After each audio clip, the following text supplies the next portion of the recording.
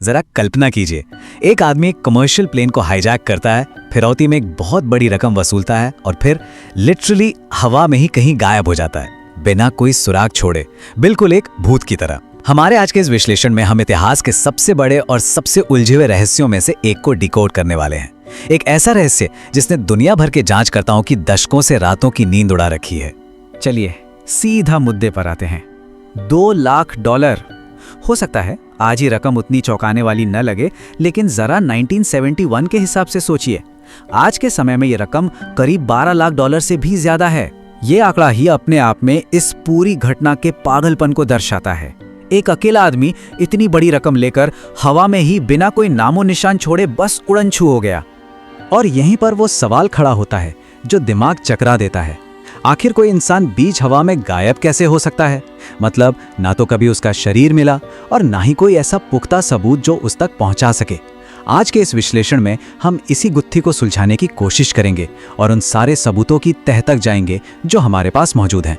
तो आइए इस रहस्य के पहले हिस्से की तरफ बढ़ते हैं।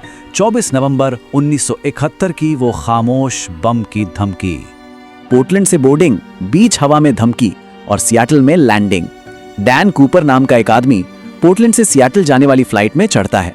वो बिल्कुल एक आम सा पैसेंजर लग रहा था, सूट पहने हुए, टाई लगाए हुए और एकदम शांत। किसी को भनक तक नहीं थी कि ये साधारण सा दिखने वाला इंसान कुछ ही मिनटों में क्या करने वाला है और कैसे वो एविएशन के इतिहास को हमेशा के लिए बदल देगा। प्लेन के टेक ऑफ करते ही वो एयर होस्टेस को चुपचाप एक कागज का टुकड़ा थमा देता है। उस पर्ची पर बस एक सिंपल सी लाइन लिखी थी, मेरे पास बॉम्ब है। कोई चीख पुकार नहीं हुई, कोई हथियार हवा में नहीं लहराया गया, बस एक छोटी सी पर्ची और पूरी की पूरी फ्लाइट बंधक बन गई। अब आते हैं इस कहानी के दूसरे हिस्से पर। एक बहुत बड़ी फिरौती की मांग और एक बेहद सोची समझी चाल। यहाँ पर कूपर की गजब की चालाकी देखिए। उसकी मांगें एकदम सटीक और सधी हुई थीं। $2 लाख कैश और 4 पैराशूट। अब आप सोचेंगे 4 पैराशूट क्यों? यहीं पर उसका मास्टरमाइंड सामने आता है। 4 पैराशूट मांगने का सीधा सा मतलब था कि अधिकारियों को यह डर सताने लगा कि वो शायद अपने साथ कुछ बंधकों को भी प्लेन से बाहर ले जाने वाला है। इसी डर के चलते उन्होंने उसे कोई भी खराब या डमी पैराशूट देने की हिम्मत ही नहीं की। क्या गजब का दिमाग लगाया था। सियाटल में लैंडिंग, फिरौती पूरी, यात्रियों की रिहाई और क्रू मेंबर्स को रोक कर रखना। कूपर के आदेश पर प्लेन सियाटल में उतारा गया। जैसे ही उसे पैसे और पैराशूट मिले, उसने बहुत ही शांति से यात्रियों को जाने दिया। लेकिन खेल अभी खत्म नहीं हुआ था। उसने पायलट और कुछ क्रू मेंबर्स को प्लेन में ही रोक लिया। यह एक बेहद तनावपूर्ण स्थिति थी जहां हर एक सेकंड पहाड़ जैसा भारी लग रहा था। तीसरा हिस्सा, अज्ञात में छलांग। प्लेन का रुख मेक्सिको की ओर।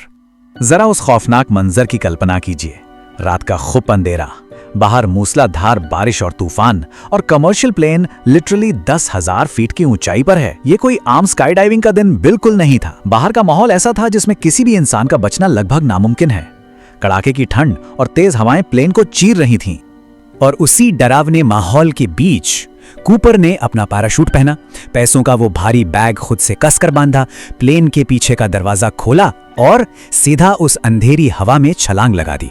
10,000 फीट की ऊंचाई से तूफानी रात में एकदम शून्य में एक कदम। ये सुनते ही आज भी रोंगटे खड़े हो जाते हैं कि कोई इंसान इतना बड़ा जोखिम कैसे ले सकता है।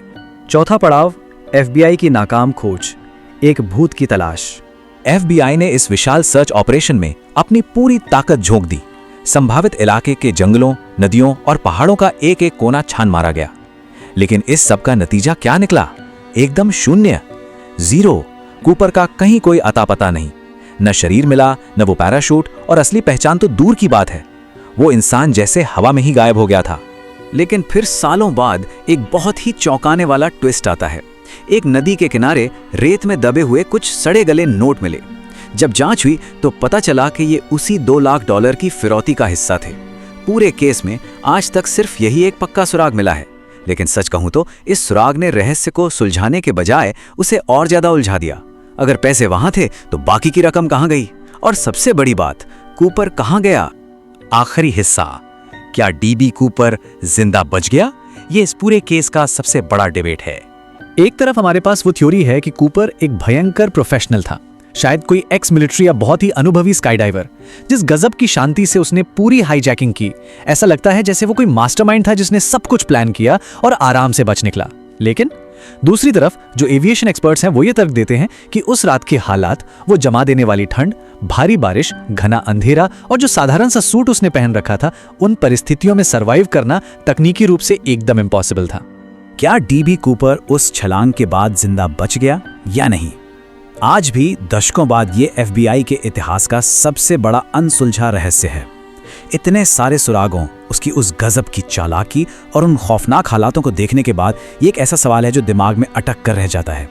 क्या वो सच में बच निकला था? शायद इस सवाल का जवाब हमेशा एक रहस्य ही रहेगा। हमारे आज के इस विश्लेषण से जुड़ने के लिए बहुत बहुत शुक्रिया।